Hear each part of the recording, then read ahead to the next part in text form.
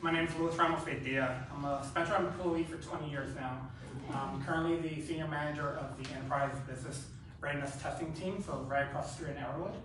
And really, while I've been employed for 20 years, I'm still relatively new in giving back and doing community work. And so when I was ready to do that, I really wanted to focus on something I was truly passionate on. And one of the most passionate things for me is my grandmother. So Carmen Ramos, who immigrated from Colombia to the States, very 50 years ago. And really being raised by her, I saw firsthand truly the challenges that immigrants face moving into this country. And so here lies the Latin American Coalition. So I've been working with them for the last year and a half, really being a mentor for high school students that immigrate from other countries. So really being there, providing the support, the resources that I wish I had even growing up. Aside from that, really I've seen the work firsthand by my partner's family migrating from Cuba last year. So they stopped by Latin American Coalition, and they gave them resources, food, shelter, and supplies to really start their lives here. So thank you, Jose. Thank you, Nancy. Thank you, Edwin. And with that, I'll turn it over to Jose. And first of all, thank you for volunteering and being a mentor. And I've been in Charlotte for 46 years, a good period of that time. And actually, at one point, when Rahman left to Spectrum, I took his job in Charlotte River Schools and did that job for 10.5 years before I went back into the nonprofit world. But the program Ganas kind of came similar to what Luis said. I came here with a single mom who escaped a domestic violence situation in Colombia as well. And I came here 47 years ago now. And in 11th grade, I dropped out of Charlotte River Schools. And I never imagined that, I went to nice school, got my high school diploma and all that. But I never imagined that eventually I would work for the same district I dropped out from. And I keep thinking back on my experience in getting my college degree at the age of 49, and how long that took.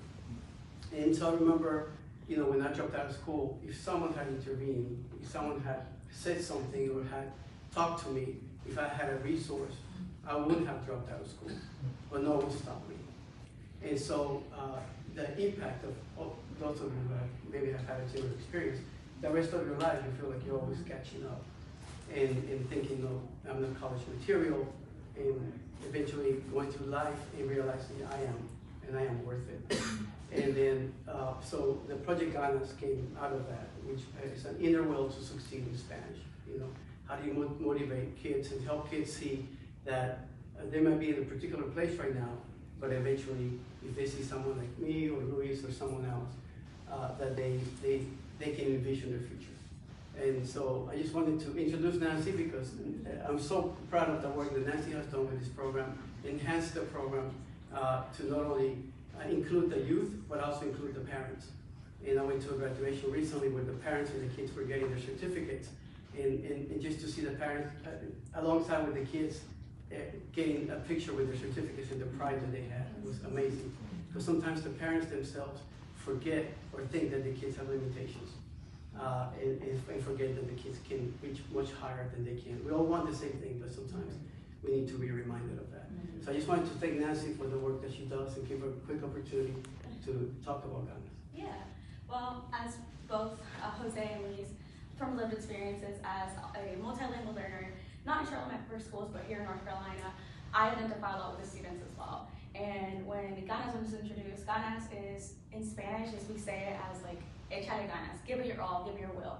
And that is the motto that we try to provide for our students. A lot of the time, the students that we work with are multilingual learners, immigrant families, and first generation. And they may have a lot of aspirations and as well those skills, but they may lack that confidence or that guidance of how can I get there. In one of the workshops that we did, that Luis was present, we were doing a resume workshop with them, and as many of them, they are necessarily not just going to school, but there's additional responsibilities of working. And we were helping them write that resume, and they were working in fast food. And one of the mentors was like, okay, let's see, what did he do? And eventually, he was like, I don't want to exaggerate on my resume. He's like, that's a lot of big words. She was like, no, that's professionalism. And we have to take into consideration what skills you already have and just explore them even further.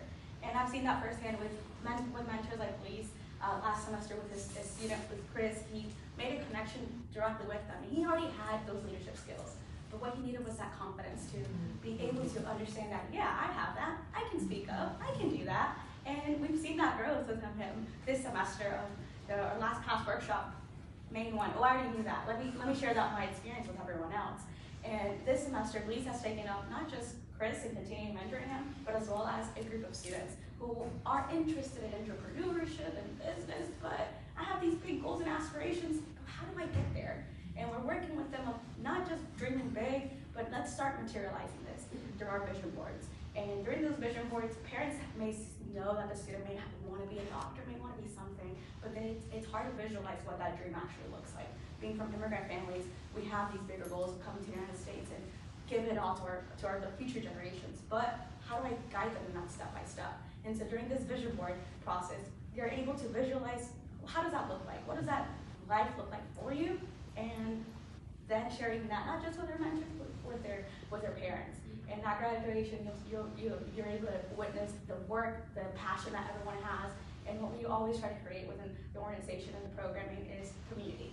A lot of times what we need is to share that passion, similarly that hope, that inspiration, and that helps guide our students and helps us build that community. Amen.